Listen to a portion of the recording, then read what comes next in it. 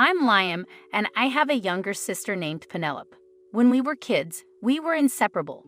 But as we got older, our relationship took a dark turn, nearly costing Penelope her life and turning her into someone I despised. At 16, Penelope became a sensation as a blogger, amassing a substantial following and running her own business account. At the time, I brushed it off, assuming it was just a hobby. Little did I know, it would unravel years of my life. She earned a fortune from it, and to my parents, she was the golden child, while I faded into the background. My grades were dismal, and I felt overshadowed by her intelligence, beauty, and wealth. My parents lavished praise on her, treating her like royalty, especially after she helped them purchase a luxurious new home. She was their pride and joy, their darling daughter. Everyone else adored her too.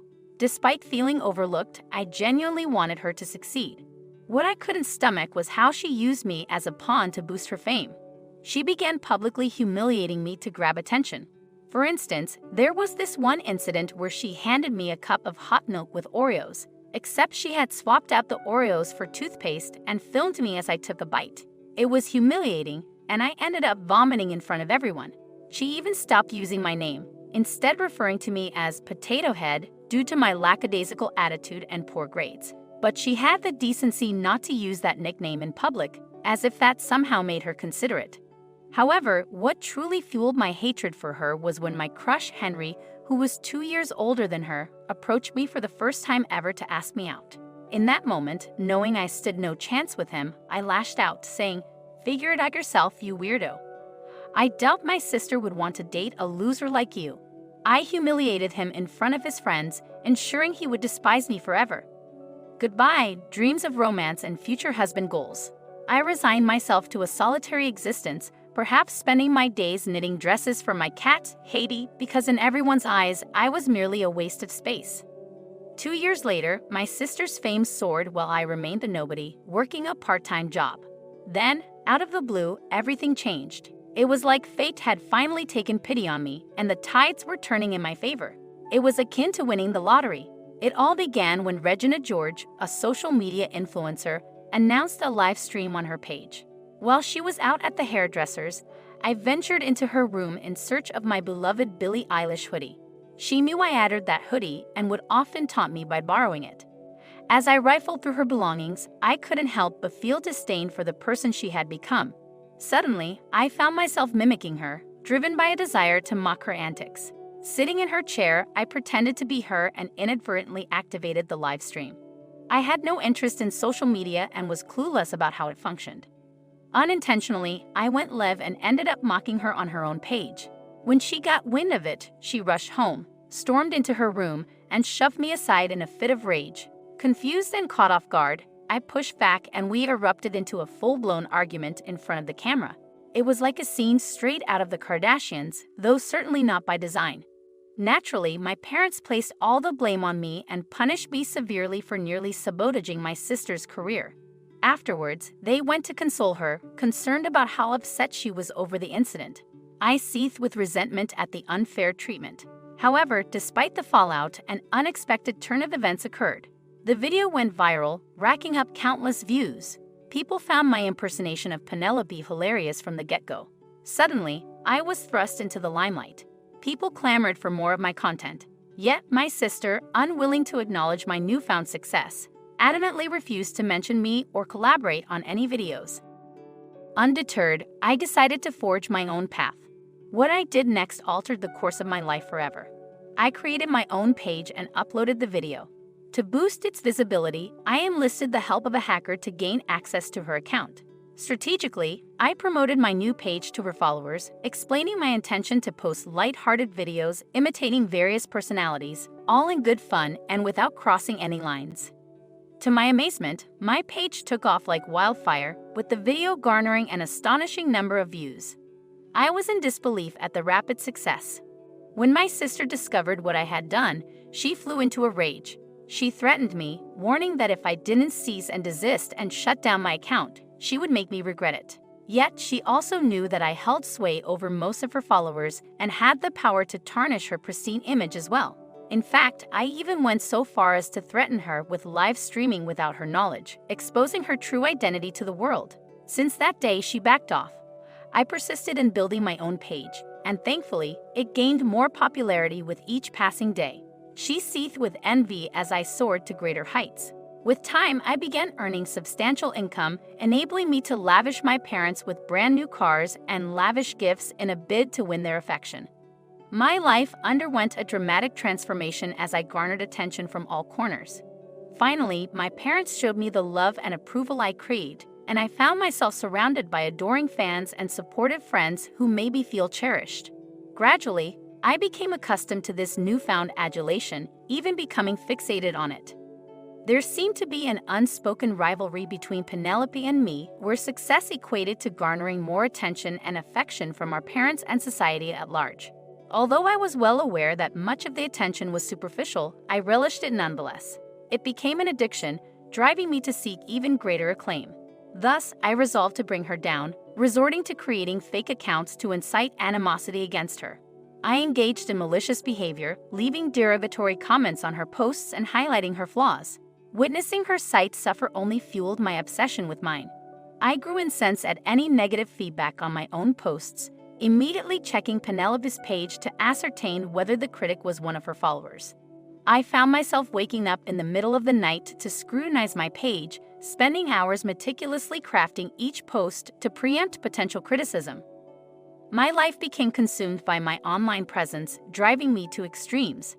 I fretted incessantly, fixating on purchasing new products, undergoing cosmetic procedures, and obsessing over my physical appearance. Despite the exorbitant costs, I could resist the urge to indulge these desires, and the day I surpassed Penelope in followers marked a pivotal moment in my descent into obsession. I strode into her room, a smirk playing on my lips as I declared, "Well, dear sister, don't be disheartened. It's my turn to bask in the limelight." However, her response unsettled me. She met my gaze with a serene smile and uttered, "Best of luck, dear. Remember, every action has consequences." Enraged by her nonchalance, I stormed out, slamming the door behind me and retreated to my own quarters. Discontent with inhabiting a space that felt tainted by her presence, I promptly purchased a new, more extravagant residence, instructing her to keep her own. My parents marveled at my opulent mansion and opted to relocate to live with me. Meanwhile, Penelope remained steadfast in her refusal to dwell in a house under my ownership. With renewed focus on my online persona, I delved into creating fresh content, impersonating celebrities in my videos. Each upload garnered widespread attention, propelling my page to unprecedented levels of popularity. This surge in visibility attracted lucrative sponsorship deals from various companies, bolstering my burgeoning business empire. Then, news surfaced that all the companies previously associated with my sister severed ties with her and redirected their endorsements to me, causing her financial hardships. Despite my attempts to extend an olive branch, inviting her to join us in our new home, she rebuffed my gestures, suspecting ulterior motives behind my offer. As time passed without any communication from her, my concern mounted. Desperate to reach her, I sent messages via Instagram but received no response. Suddenly, my tranquil existence was shattered by a deluge of vicious attacks on my online platform. Fake accounts inundated my page with malicious comments and threatening videos, accusing me of orchestrating my sister's downfall. Consumed by panic and disbelief, I lashed out in a frenzy, smashing objects in a fit of rage. Initially attributing the onslaught to Penelope seeking retribution, I soon began to doubt her involvement. With no word from her or any sign of her whereabouts, I grew increasingly apprehensive, fearing she had vanished without a trace.